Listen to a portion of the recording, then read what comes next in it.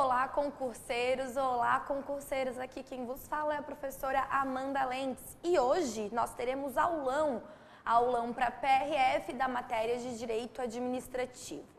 Eu fiz uma compilação de questões, trouxe principalmente as aplicadas para PRF da banca de vocês, mas eu também trouxe outras questões que eu considerei mais completas e que a gente conseguisse falar sobre vários temas numa mesma questão. Então, por isso eu trouxe um compilado aí de questões. E ao final eu ainda deixei outras questões que estão bem resolvidinhas e que ajudam vocês a estudarem mais um pouco para quem tiver interesse. Aulão é aquela coisa, né? A gente faz papum, em tese você já tem que saber bastante coisa, não precisa saber tudo, mas também ao mesmo tempo é para recobrar aquelas informações que por vezes ficaram esquecidas e que, se eu der muita sorte, eu vou dar, vai cair na sua prova. Então, olha lá.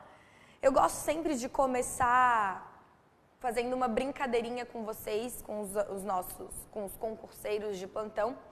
E, na verdade, é com base numa reportagem realizada por Rodrigo Silva. E ele começa a matéria, não é uma reportagem, na verdade, é a matéria dele fazendo essa brincadeira. Sobre o que fazer na véspera da prova é para marcar a opção correta. Eu quero que você pense aí com seus botões o que você faria. Tomar cerveja para relaxar na véspera da prova, sair com os amigos para tirar a ansiedade, dormir o dia todo para chegar descansado no dia seguinte, passar o dia pensando que a prova não será amanhã, estudar até o olho sangrar. E aí, qual é a resposta correta para essas alternativas? Eu sei que a CESP é certo e errado, mas aqui eu quero que você me diga qual é a certa.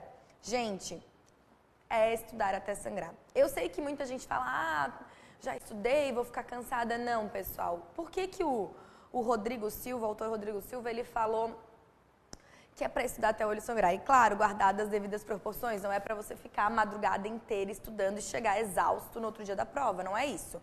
Mas é você sim manter o seu foco e o estudo. Não é dar uma relaxada, não é sair para tomar uma cerveja, não é ficar sem fazer nada, não. Aproveite até o último minuto, até aqueles minutinhos antes de entrar na sala de aula.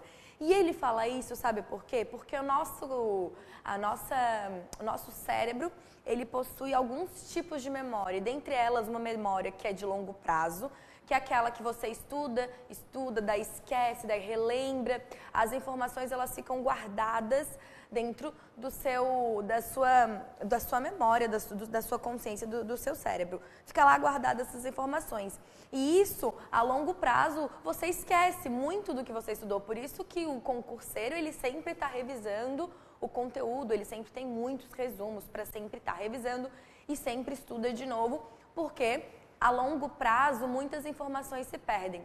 Porém, a gente tem uma memória mais acelerada e mais ampla de curto prazo, que é aquela que você consegue armazenar uma maior quantidade de informações num curto espaço de tempo. Então, o que acontece? Aquele estudo que você teve no dia anterior, aquela leitura da matéria, o máximo que você conseguiu, e aquela leitura antes, ali no seu resumo, dando aquela olhada antes de entrar para essa aula, antes de entrar para a prova, você vai conseguir ali armazenar muito mais informações. E se porventura chega na hora da prova e cai alguma coisa do que você viu naquelas últimas horas ou no dia anterior, a probabilidade de você acertar é grande, porque é aquela memória de curto prazo. Então, embora depois do dia da prova você esqueça aquilo que você leu ali, não tem o menor problema, não é mesmo? Porque pelo menos você fez a prova, você acertou a questão e está tudo certo. Então, essa memória que acaba abarcando mais informações e de curto prazo, ela é muito útil. Por isso, aproveite a oportunidade no dia anterior da sua prova e estude o máximo que você conseguir. Bom, aqui estão as questões, é a matéria do edital de vocês. Eu não vou trazer todo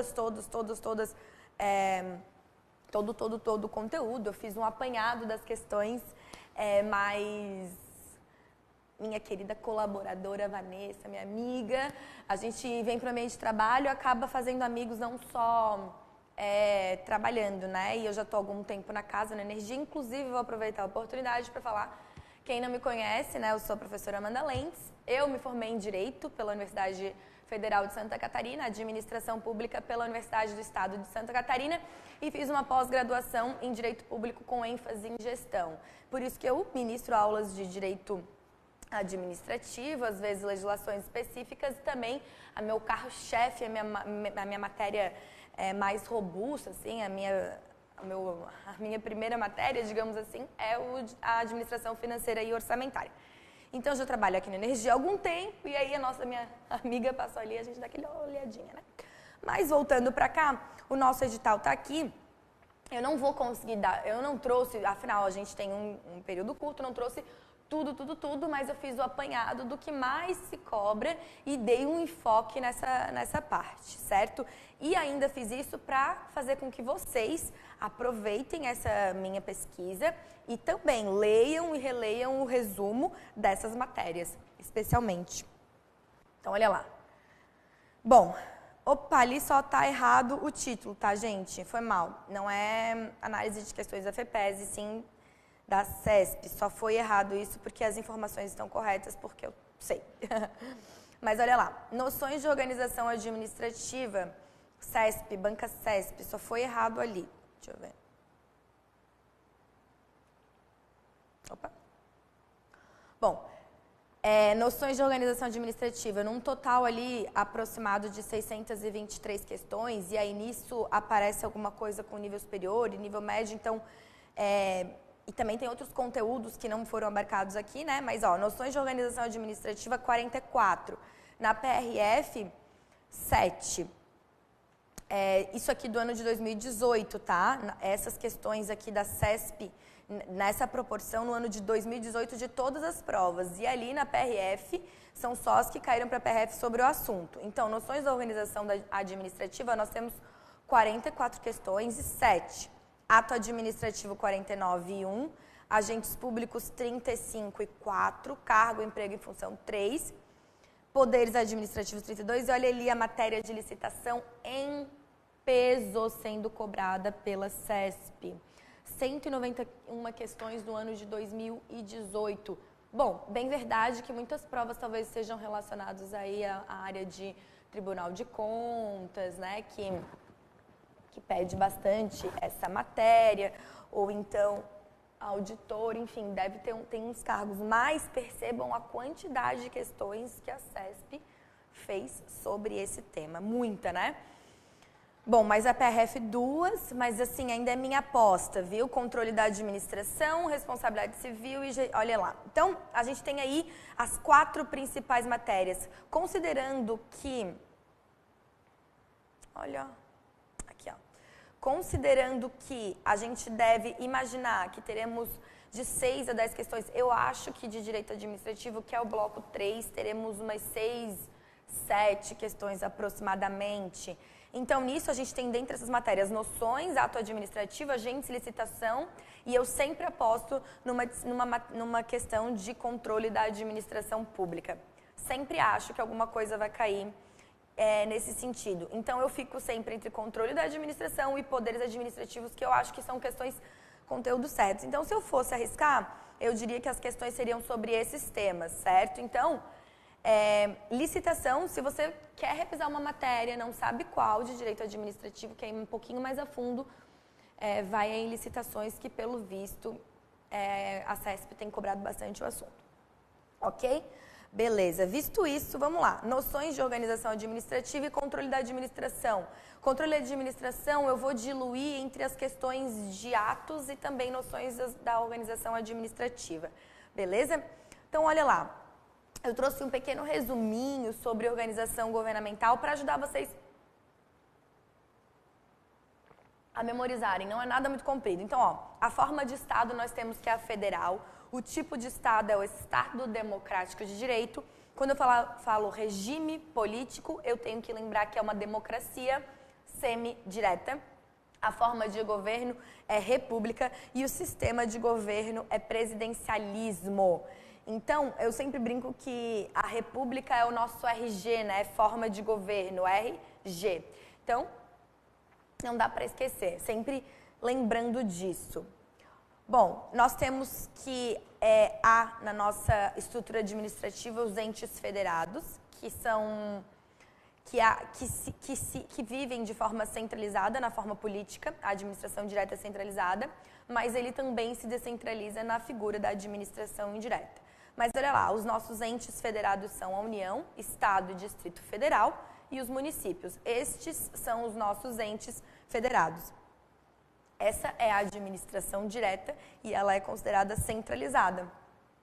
Corresponde à atuação direta pelo Estado e pelas suas entidades estatais, ou seja, os seus órgãos. Os órgãos fazem parte da administração direta, que é centralizada. São pessoas jurídicas de direito público interno e cada ente possui autonomia administrativa, financeira e política. Lembrando que os órgãos, eles possuem autonomia administrativa e financeira. Política, somente os entes federados. Então, a nossa administração indireta é composta pela União, Estados, Distrito Federal e municípios. Temos que são entes políticos.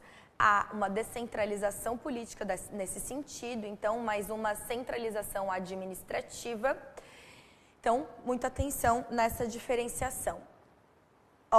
Agora a gente precisa compreender a noção de descentralização e desconcentração. Lembrar por que se distingue essas duas formas. Quando eu penso em descentralizar, eu vou lembrar necessariamente da administração outorgando para outra entidade a sua administração, a sua ação. Nós temos a característica da administração indireta, pode ser outorgando ou delegando, né? E pelos agentes delegados. E quando eu desconcentro, e para não esquecer a diferença entre descentralização e desconcentração, eu lembro que desconcentrar é na forma dos órgãos. Então, desconcentração,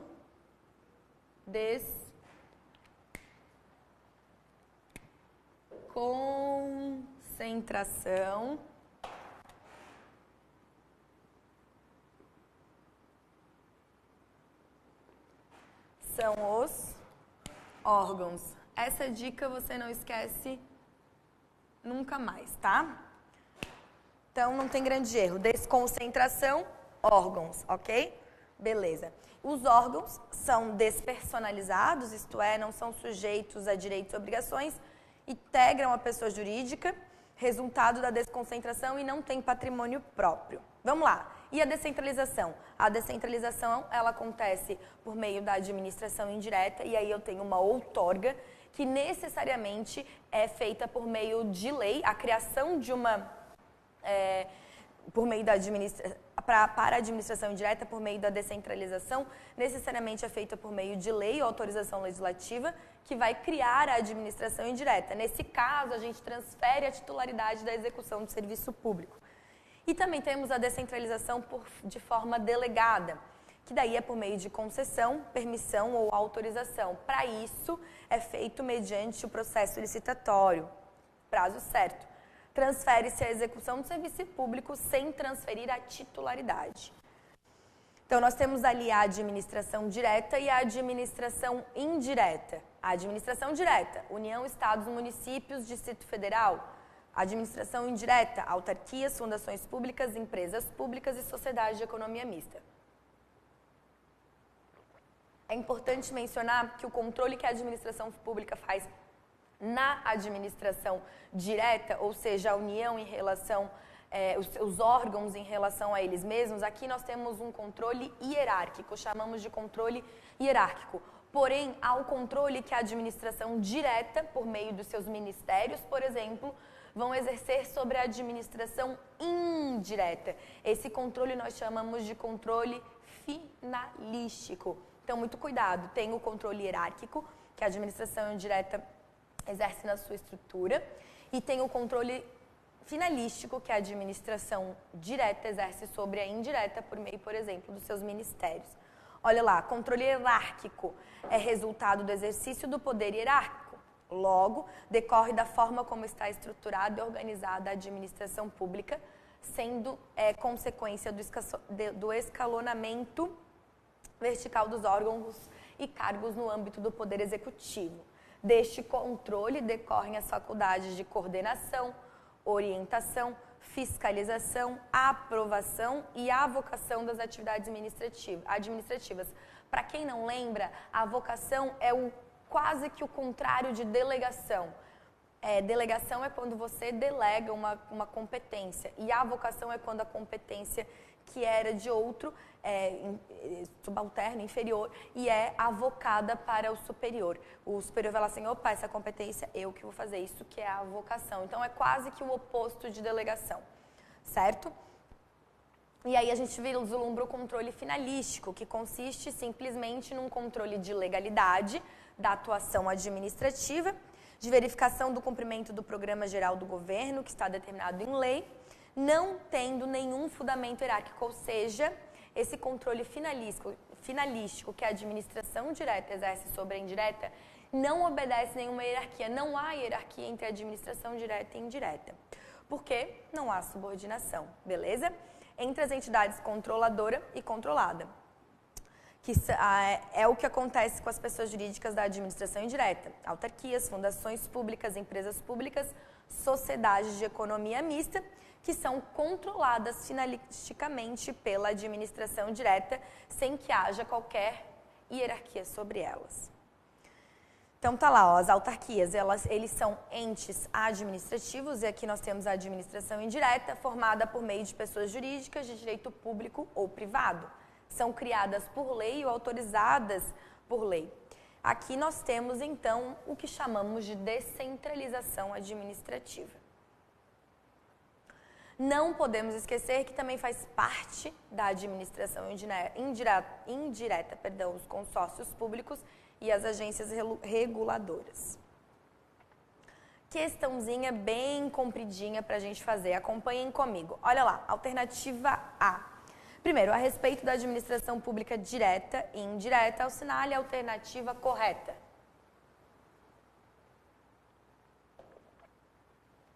A administração direta do Estado é o conjunto de pessoas administrativas que tem o objetivo de desempenhar as atividades administrativas de forma descentralizada. Vamos lá. A administração direta do Estado é o conjunto de pessoas administrativas que tem o objetivo de desempenhar as atividades administrativas de forma descentralizada. E aí, pessoal, quando nós pensamos na administração direta, eu imediatamente lembro que ela é composta pelos entes políticos e os entes políticos possuem órgãos. E a administração lá, então, acontece por meio da desconcentração e não descentralização. Na administração indireta é que nós vamos ter, então, a descentralização. Então, nesse caso, para a gente poder fazer a questão ficar correta, seria o conjunto de pessoas políticas que têm o objetivo de desempenhar as atividades administrativas de forma centralizada. Aí, ok. Mas lembrando que a administração direta é onde contém os órgãos e lá é por meio de desconcentração que acontece essa diluição das atividades. A administração direta exerce atividade de forma centralizada, a administração indireta exerce atividade de forma descentralizada. Enquanto a administração direta é composta de pessoas jurídicas, também denominadas de entidades, a administração direta se compõe de órgãos internos do Estado. E aí? Opa, houve uma inversão aí nas informações, né? A administração pública direta tem os órgãos que são integrantes das pessoas políticas. Já na indireta, que tem novas entidades com personalidade jurídica própria, ok?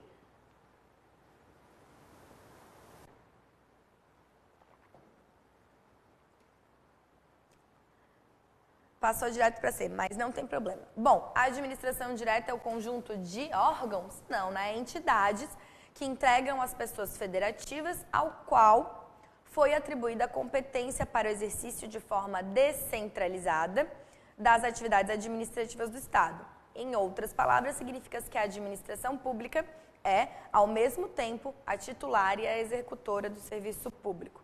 Olha o que diz o Eli Lopes. É exatamente o que ele falou. É o conjunto dos entes, entidades com personalidade jurídica própria, que, vinculados a um órgão da administração direta, prestam serviço público ou de interesse público de maneira descentralizada. D. A administração, todos já vêm com a respostinha. Ó, a administração indireta do Estado abrange todos os órgãos dos poderes políticos das pessoas federativas, cuja... Já começou errado, né? Porque fala, ó, a administração indireta do Estado abrange todos os órgãos dos poderes políticos. Não, a gente está cansado de saber que a administração direta é composta por órgãos e a administração indireta pelas novas entidades. É mesmo sentido. Portanto, nossa alternativa correta é a última. Na esfera federal, temos que a administração direta da União no Poder Executivo se compõe de órgãos de duas classes distintas, a Presidência da República e os ministérios. Na esfera estadual, temos organização semelhante à federal, guardando com esta certo grau de simetria. Assim, teremos o governador do estado e os órgãos de assessoria do ao governador. E as secretarias estaduais. E na esfera municipal é composta da prefeitura, de eventuais órgãos de assessoria ao prefeito e de secretarias municipais, com seus órgãos internos. Então, nosso gabarito aí, alternativa E. Mais uma. Assinale a alternativa correta no tocante à organização da administração pública. A sociedade de economia mista possui como característica ser pessoa jurídica de direito privado com um capital inteiramente público, sendo organizada sob a forma de sociedade anônima.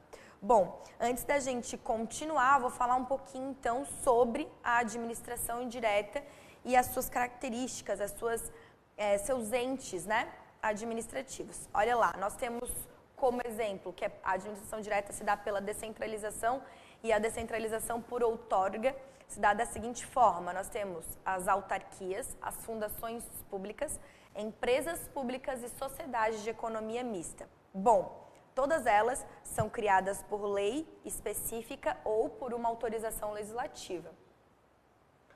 Quando criadas por lei específica, serão pessoas jurídicas de direito público interno. E quando criadas por mera autorização legislativa, então a gente tem pessoas jurídicas de direito privado, certo? Então, somente a lei específica poderá ser criada, autarquia, e autorizada a instituição de empresa pública da sociedade de economia mista e fundação, cabendo à lei complementar, neste último caso, definir as áreas de atuação.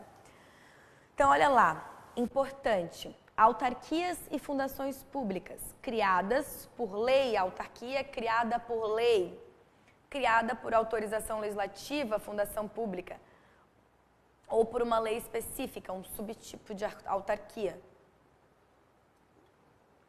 Teremos, então, no caso das autarquias, pessoas jurídicas de direito público. Já quando falamos das fundações públicas, a pessoa jurídica é de direito privado e pessoa jurídica de direito público, conforme o caso. Lembrando que, quando falamos em fundações públicas, necessariamente as fundações públicas precisam ter um fim social específico. As autarquias são fins tipicamente administrativos. O serviço não é para fins, autarquias não é para fins econômicos, bem como as fundações públicas. As autarquias têm serviço público personificado, patrimônio público as fundações. Em regra, os servidores são estatutários, ou seja, concurso público quando falamos de autarquias, e as fundações públicas, servidores seletistas, CLT ou estatutários. As autarquias precisam fazer licitação, as também fundações públicas a mesma coisa. E as autarquias gozam de imunidade tributária recíproca, vedada a instituição de impostos sobre seu patrimônio, rendas e serviços.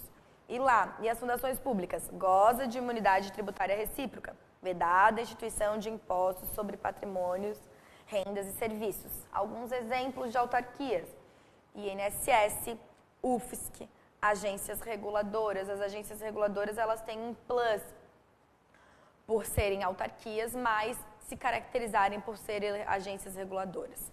Exemplos de fundações públicas, nós temos o DESC, Fátima, FUNAI. E agora, distinção entre empresas públicas e sociedades de economia mista. Ambas são de direito privado. Ambas são criadas por autorização legislativa. As empresas públicas, elas têm um formato de SA, LTDA ou outra forma. Agora, Sociedade de economia mista será SA com certeza. Capital público apenas empresas públicas, capital público e privado, como quando falamos de sociedade de economia mista. Não gozam de imunidade tributária em regra, exemplo de empresa pública Caixa Econômica, exemplo de sociedade de economia mista, Petrobras. Atenção, as empresas públicas e sociedades de economia mista que prestem serviço público, nesse caso, vão fazer então jus à imunidade tributária recíproca. Beleza? Visto isso, agora a gente está preparado para fazer a questão. Vamos lá. A sociedade de economia mista possui como característica ser pessoa jurídica de direito privado com capital inteiramente público, sendo organizada sob a forma de sociedade anônima. E aí, o que está errado? Não é inteiramente público, né? É público e privado. B. É dispensável a autorização legislativa para a criação de empresas subsidiárias, desde que haja previsão para esse fim na própria lei que instituiu a Sociedade de Economia Mista Matriz. E aí? Essa lei, essa resposta é a resposta correta e por isso que eu trouxe, porque é uma informação a mais que eu não falei. Tendo em vista que a lei criadora é a própria medida autorizadora, com base aí na ADI 1649, certo? E C. O consórcio público consiste em uma pessoa jurídica de direito público ou privado, criada por duas ou mais autarquias para a gestão associada de serviços públicos. Pessoal, consórcio público é isso? Opa! Pra onde que foi? Peraí, só um pouquinho. Deu um pulo aqui considerável. Pera.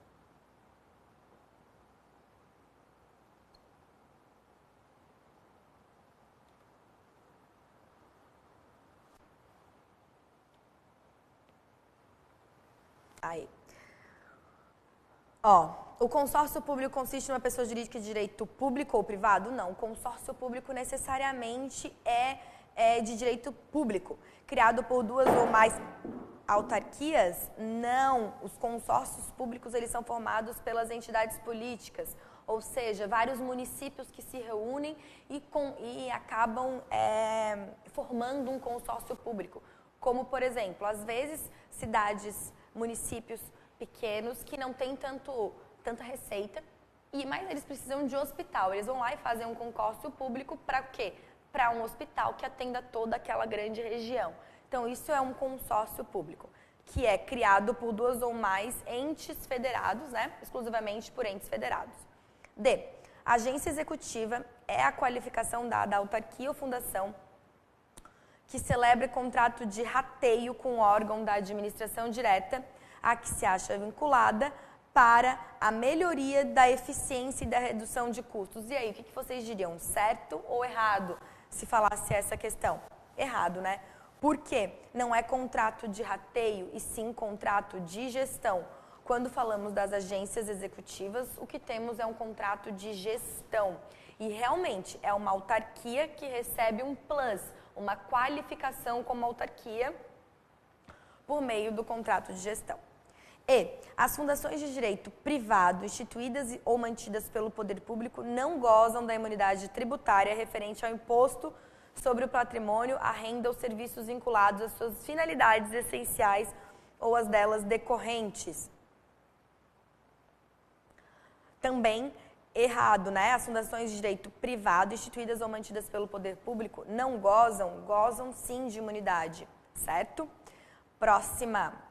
Sobre os órgãos públicos, analise as assertivas e assinale a alternativa que aponta as corretas. Quanto à estrutura, mais uma questão bem complexa, com bastante informações sobre o assunto. E agora o assunto é os órgãos.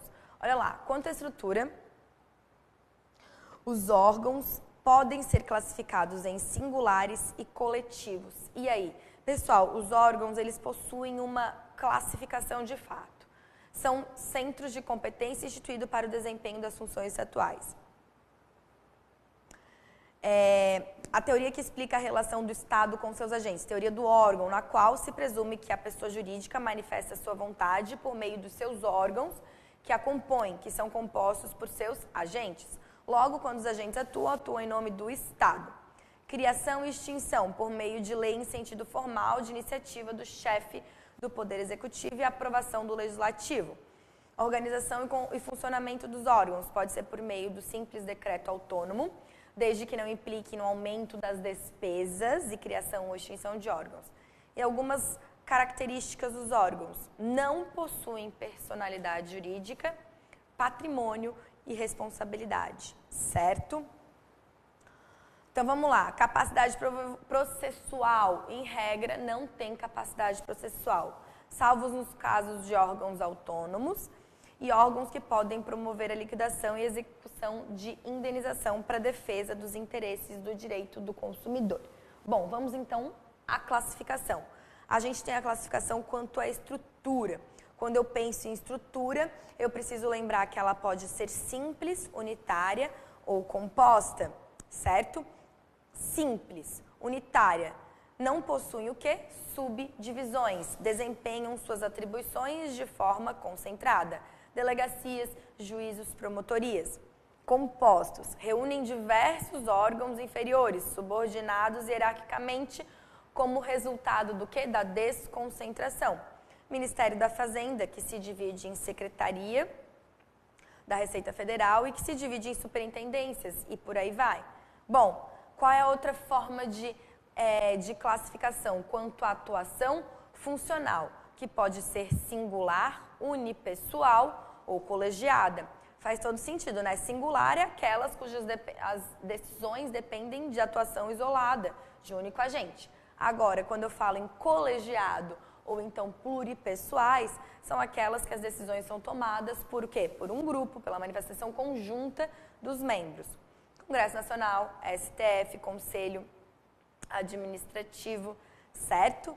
Quanto à posição estatal, quais são as possibilidades? Quando eu falo em independentes, são aqueles previstos diretamente na Constituição Federal, que representam, então, os 6 poderes. Não são subordinados hierarquicamente a ninguém e as suas atribuições são exercidas por quem? Por agentes políticos. E quais exemplos nós temos? Presidente da República, Câmara dos Deputados, Senado Federal, TCU, STF, STJ, tá? Quanto à posição estatal, a gente tem ainda os autônomos, superiores, subalternos, centrais e locais. Os autônomos, o nome já indica, né? Estão na cúpula da administração, logo abaixo dos independentes, os auxiliando. Tem ampla autonomia, mas não tem a independência, como tem, por exemplo, o presidente da República. Quais os exemplos daqui? Ó? Ministérios, secretarias, a Advocacia Geral. E os órgãos considerados superiores? No caso, eles possuem atribuições de direção, controle e decisão. Quais os exemplos? Coordenadorias, gabinetes. Subalternos, aqueles que exercem uma função o quê? De execução, com reduzido poder decisório. Centrais, nós temos também quanto à esfera de atuação agora. Quanto à esfera de atuação, nós podemos considerar os centrais e os locais. Professor, essa parte da matéria não é muito legal. É maravilhosa, eu amo. Não, brincadeira, mas ela é bem rica de detalhes. E você precisa ler, reler, reler, reler e ler de novo para poder não errar, porque cai bastante também. É uma das questões que eu considero importante saber. Então, olha lá. Quanto à esfera de atuação, nós temos centrais, exercem atribuição em todo o território nacional, estadual ou municipal, e temos os locais, que daí exercem só no seu próprio território. Beleza. Feito o resuminho da matéria, vamos para a questão e eu quero ver todo mundo acertando.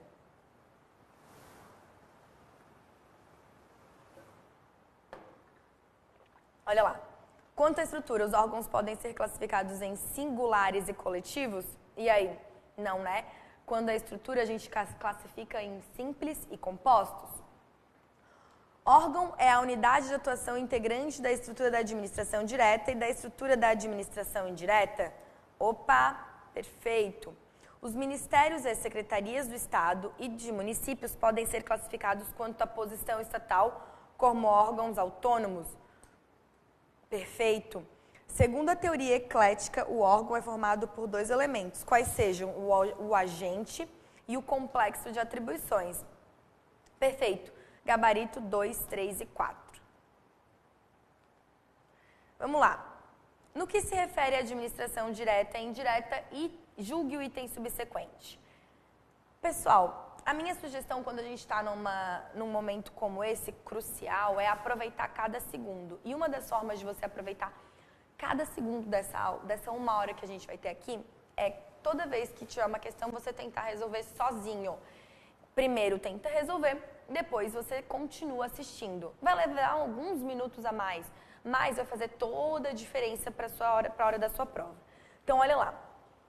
Embora tanto as empresas públicas quanto as sociedades de economia mista sejam pessoas jurídicas de direito privado, integrantes da administração pública indireta, ambos os tipos de entidades sujeitam-se a controles administrativos diversos. E aí? Está falando da administração direta e indireta.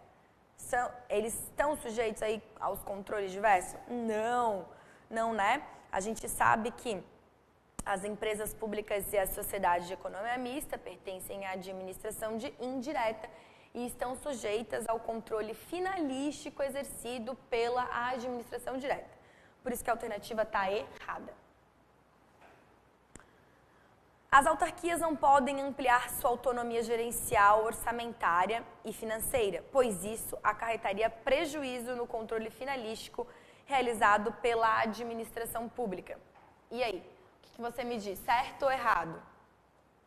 Errado. Olha o que diz o artigo 37. A autonomia gerencial, orçamentária e financeira dos órgãos e entidades da administração direta e indireta poderá ser ampliada mediante contrato a ser firmado entre seus administradores e o poder público, que tenha por objetivo a fixação de metas de desempenho para o órgão ou entidade, cabendo além dispor sobre o prazo de duração do contrato, os controles de avaliação de desempenho, direitos, obrigações e responsabilidades, remuneração do pessoal.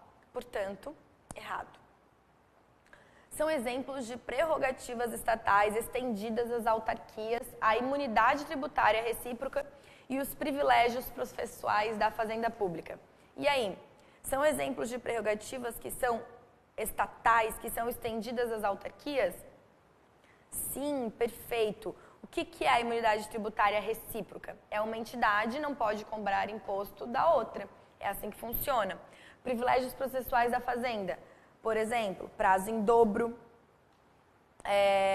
para recorrer e prazo em quadro para contestar.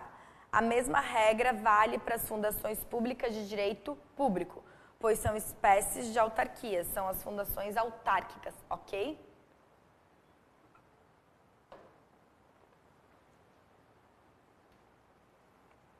As empresas públicas que explorem atividade econômica não poderão gozar de privilégios fiscais não extensivas às empresas do setor privado. E aí? Pessoal, perfeito, né? A gente acabou de ver uma questão que podia, mas tem um detalhe, olha ali. As empresas públicas e as sociedades de economias mistas não estão sujeitas à falência. Aquelas que são prestadoras de serviços públicos, essas sim gozam de imunidade tributária nas suas atividades essenciais.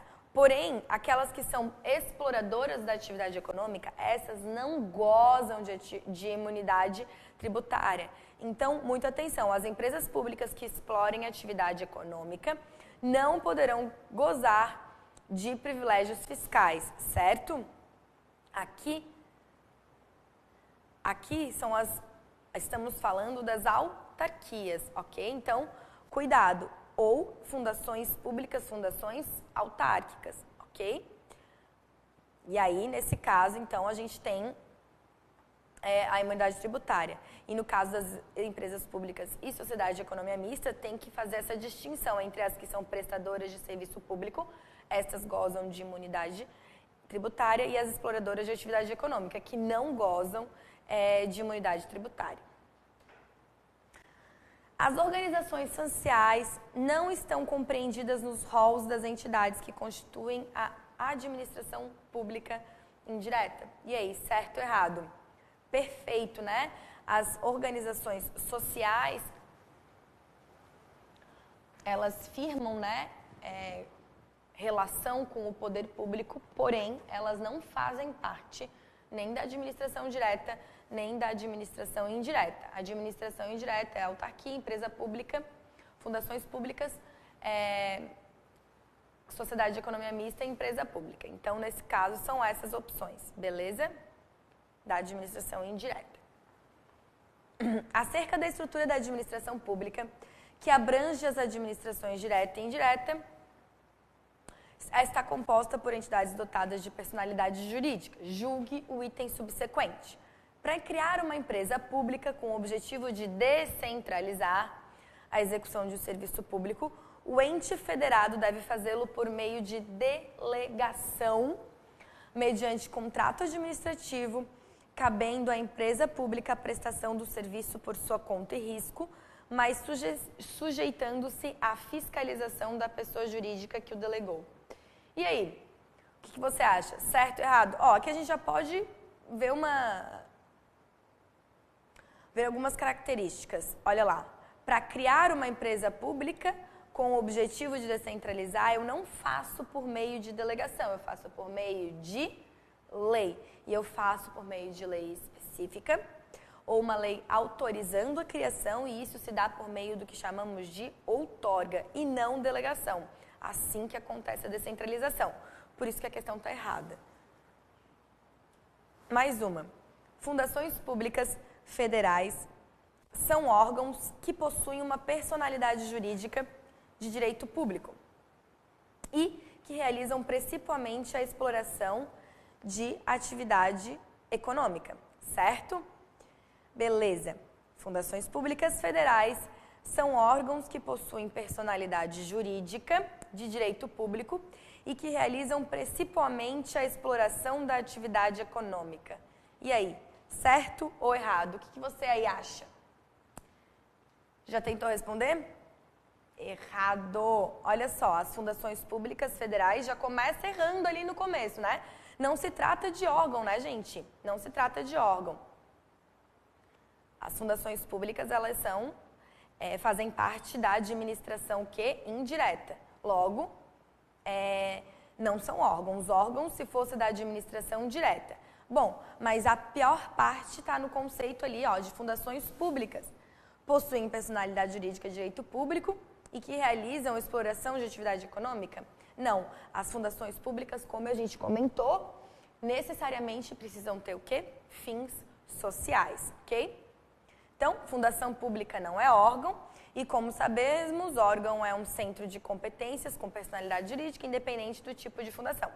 Fundação como exploradora de atividade econômica, as fundações não podem ter finalidade lucrativa, elas têm um viés social. Bora, mais uma. O Ministério da Educação é exemplo de órgão componente da administração pública direta, indicado à estrutura administrativa da União. E aí? É um exemplo de órgão da administração pública direto? Então, perfeito. Mais uma. A diferença preponderante entre os institutos da descentralização e da desconcentração é que no primeiro há a ruptura do vínculo hierárquico e no segundo esse vínculo permanece. E aí, certo ou errado? Perfeita.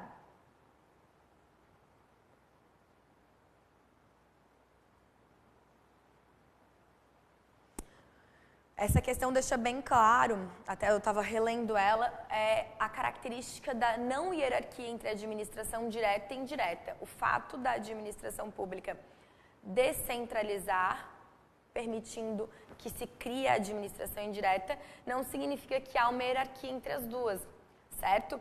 Já a desconcentração, os órgãos, ali sim, permanece o vínculo. Então, quando se tem a descentralização, rompe-se com o vínculo hierárquico, certo? Mas quando há desconcentração, aí, nesse caso, permanece.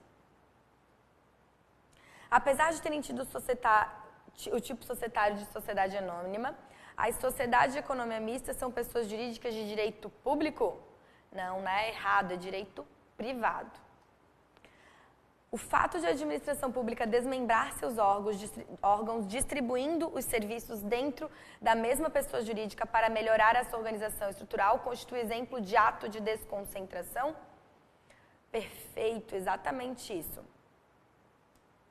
Os órgãos não dotados de personalidade jurídica própria, que exercem funções administrativas e integram a União, por desconcentração, componentes de uma hierarquia fazem parte da administração indireta. Perfeita questão, exatamente.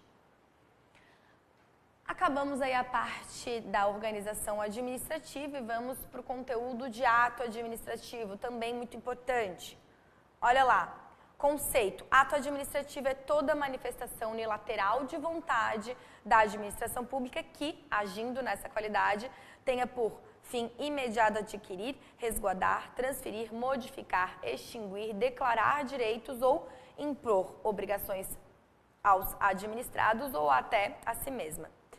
Então, olha lá, a gente não pode esquecer, quando eu lembro de atributos, eu lembro dos atributos da PAT, ou seja, são características da PAT. É PAT, atributos é PAT. Exigibilidade, presunção de legitimidade e veracidade, autoexecutoriedade, tipicidade e imperatividade. Esses são os atributos da PAT. É PAT. Exigibilidade, presunção de legitimidade e veracidade, autoexecutoriedade, tipicidade e imperatividade. Então, olha lá, exigibilidade. Por meio deste atributo, o ato se torna o quê? Exigível frente a quem é dirigido, meio coercitivo. O Estado, além de pôr a obrigação, que é imperativo, pode exigir o cumprimento desta. Como, por exemplo, o Estado impõe o limite de velocidade e cobra multa no caso. Presunção de legitimidade. Todo ato que é todo ato, até que prove o contrário, ele será o quê? Iuris tanto. Ele é legítimo, ele possui uma presunção relativa. Por quê? Porque ele pode ser questionado, por isso que a presunção ela é relativa, mas, em regra, o ato administrativo possui a presunção de legitimado. A administração pública, quando age, tem o seu ato como legítimo, legal, mas é iuris tantum, pode ser que prove o contrário, a presunção é relativa. Atributo autoexecutoriedade. Ato administrativo possui força executória imediatamente a partir da sua edição. Isso ocorre porque as decisões administrativas trazem em si uma força necessária para sua autoexecução. O que é a tipicidade? O ato deve ter o quê? Previsão legal. Imperatividade, a possibilidade de a administração pública de maneira unilateral criar obrigações para os administrados ou então impor-lhes restrições. E requisito? Quando eu lembro de requisito, eu lembro de Confof, um cachorrinho bem fofinho, Confof. Requisito é fofinho, é Confof.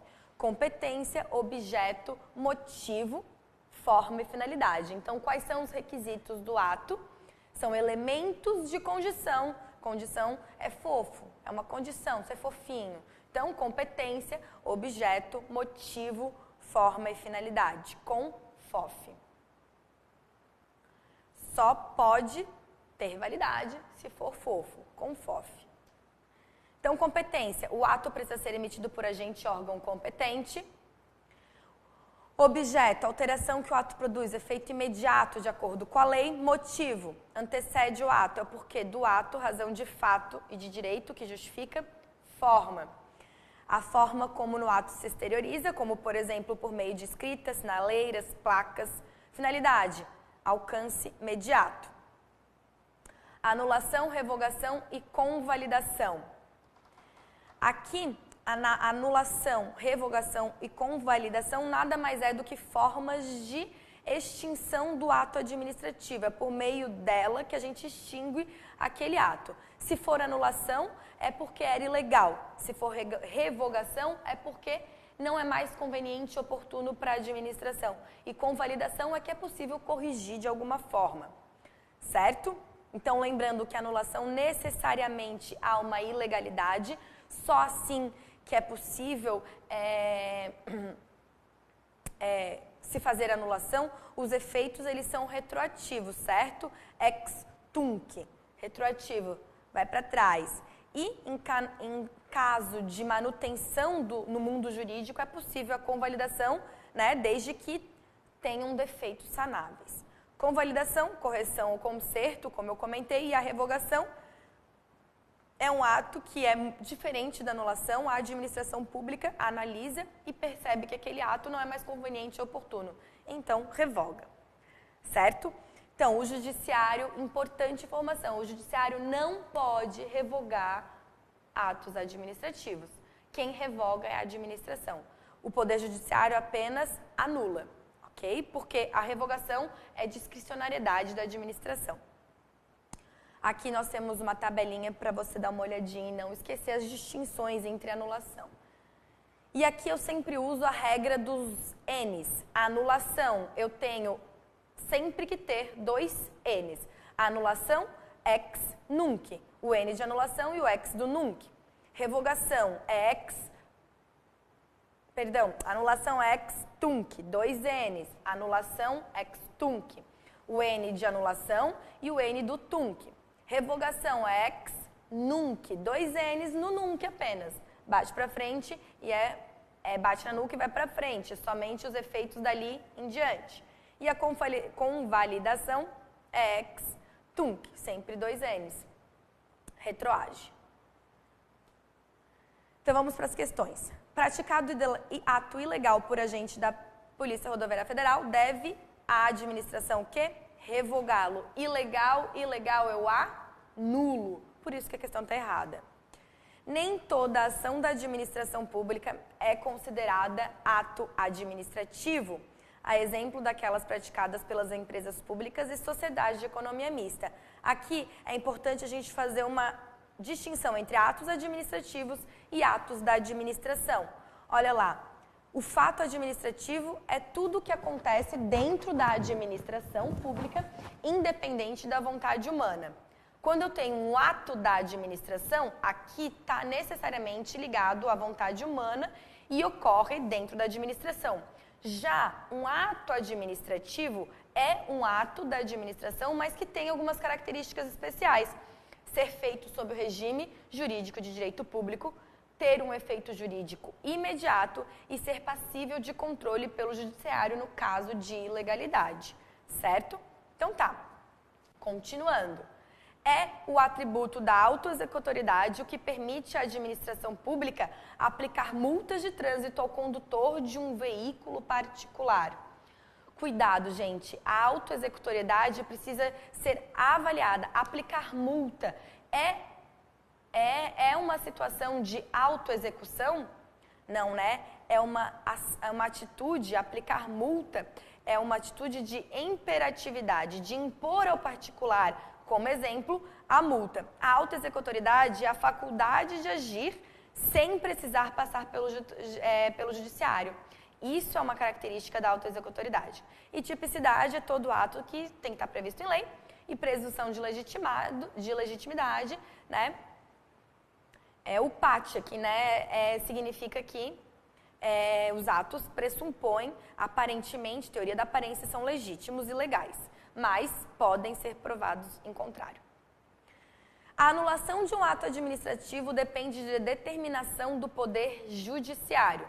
A revogação, por outro lado, pode se dar por meio de processo administrativo. E aí? Errado.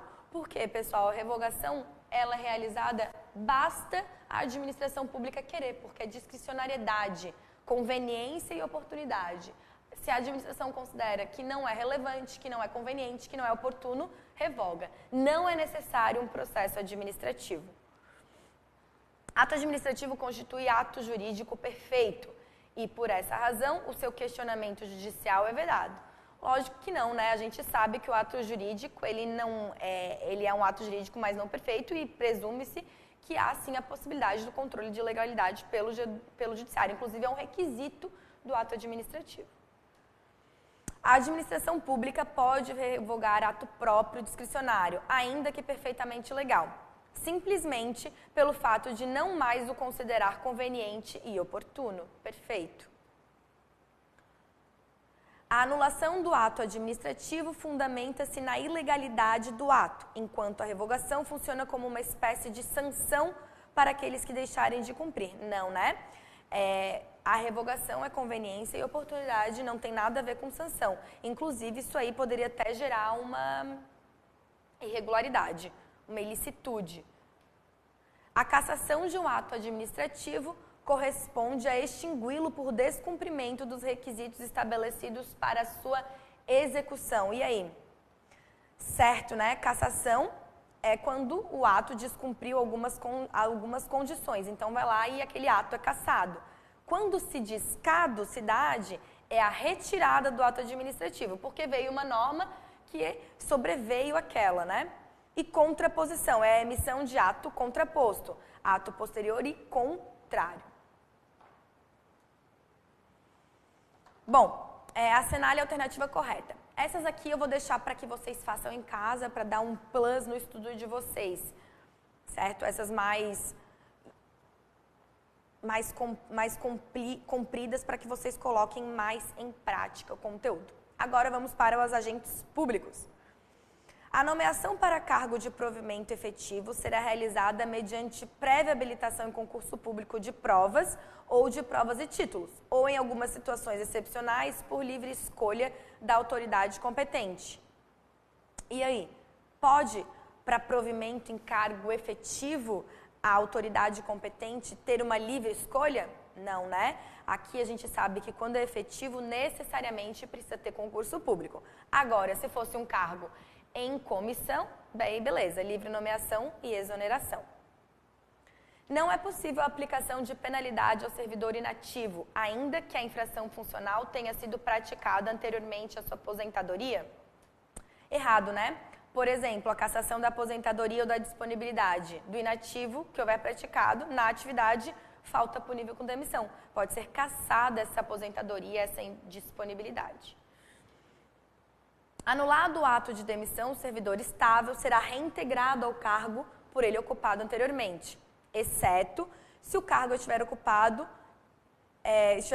hipótese que ficará em disponibilidade até o aproveitamento posterior em cargo de atribuições e vencimentos compatíveis.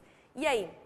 Pessoal, quando eu falo no ato de demissão e ele é reintegrado, ok, até aí tudo bem. Olha lá, invalidada por sentença judicial, a demissão do servidor estável será ele reintegrado e o eventual ocupante da vaga, se estável, reconduzido ao cargo de origem, sem direito à indenização, aproveitado em outro cargo ou posto em disponibilidade com remuneração proporcional ao tempo de serviço. Então, a questão está quase toda certinha, mas no final ela deu aquela puxada de tapete, então fiquem atentos.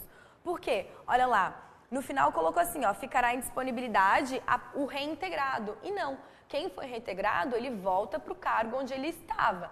Quem ocupou o cargo dele é que será colocado em disponibilidade.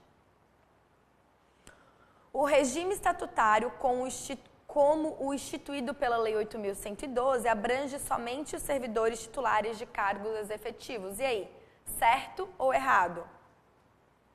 Errado. O regime estatutário das autarquias, inclusive em regime especial, e das fundações públicas. Para os efeitos desta lei, servidor é a pessoa legalmente investida em cargo público. Então, nesse caso, não são só os efetivos, mas também em comissão.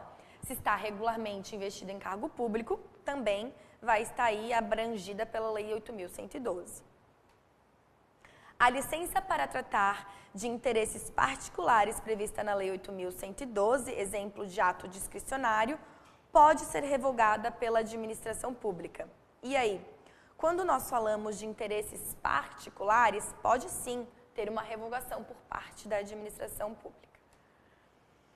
Um servidor público que exercia o cargo de motorista, após várias licenças para tratamento de saúde e inspeções médicas, foi readaptado no cargo de agente administrativo. Nessa situação, haverá vacância do cargo de motorista que o servidor ocupava? Gente, para a gente lembrar, tá certo, dos casos que são, que caracterizam a vacância do cargo, eu vou lembrar do padre PF. Padre PF.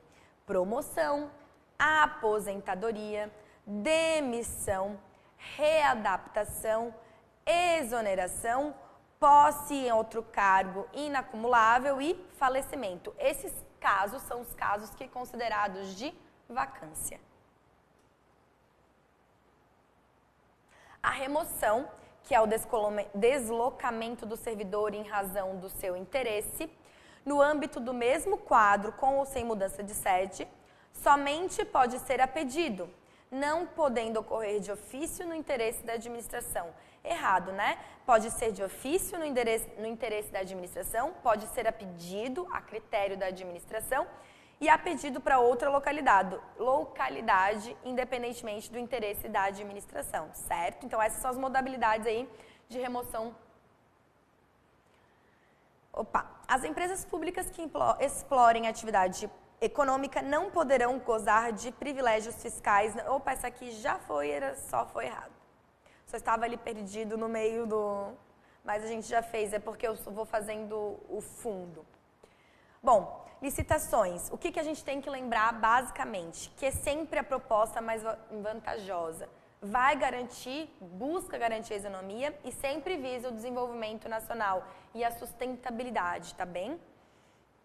Tipos. Não confundir tipos com modalidade. Tipo, menor preço, melhor técnica, técnica e preço, maior lance. Quais são as modalidades? Concorrência, tomada de preço, convite, concurso, leilão e pregão. Mas aí faz parte da Lei 10.520, não da Lei 866.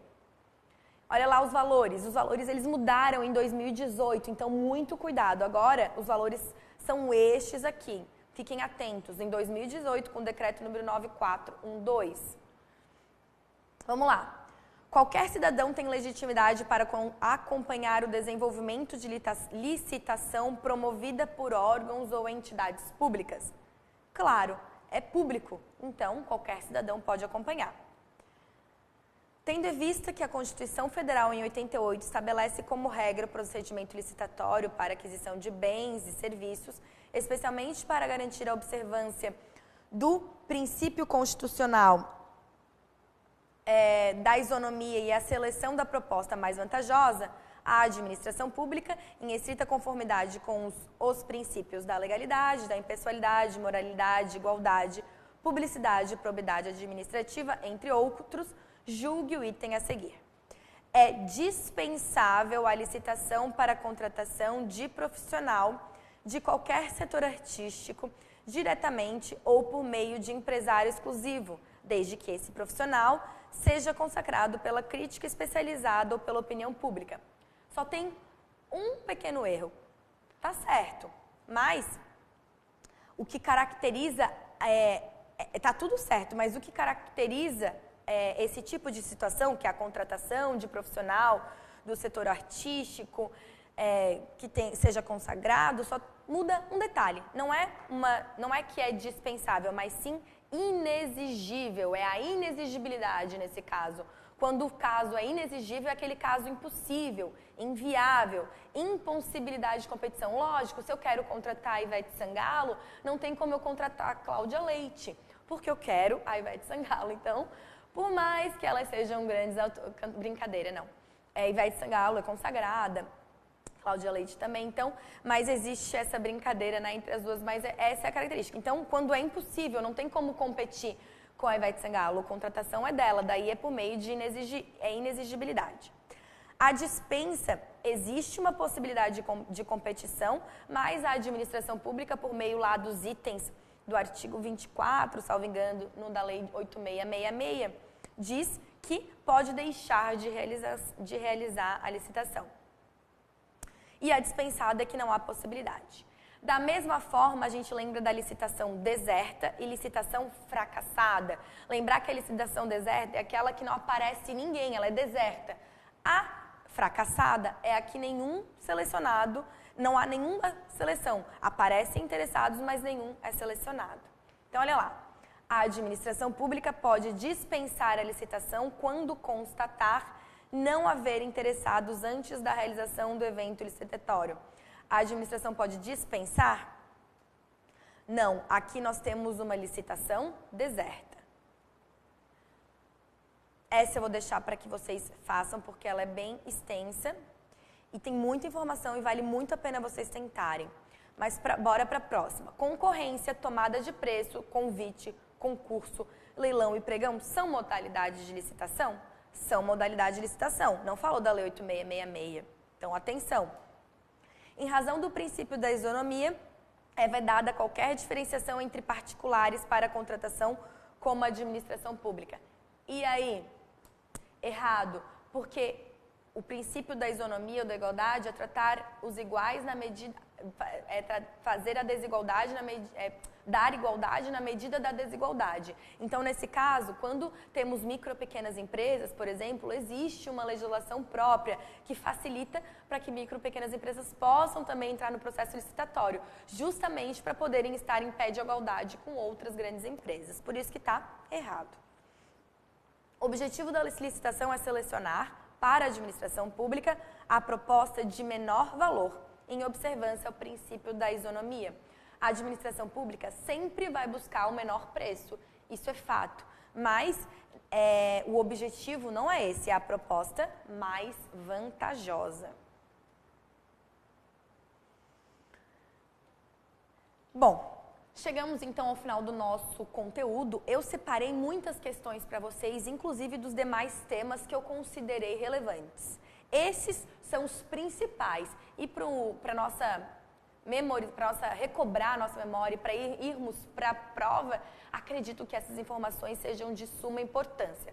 As demais questões eu deixo com vocês para que vocês façam, mas o gabarito está todo ali e assim você também pode exercitar. O momento de estudar sozinho é muito importante. Eu desejo para vocês uma excelente prova, eu desejo que todo o conhecimento que vocês adquiriram possa aparecer no momento da sua prova. Bons estudos, até mais!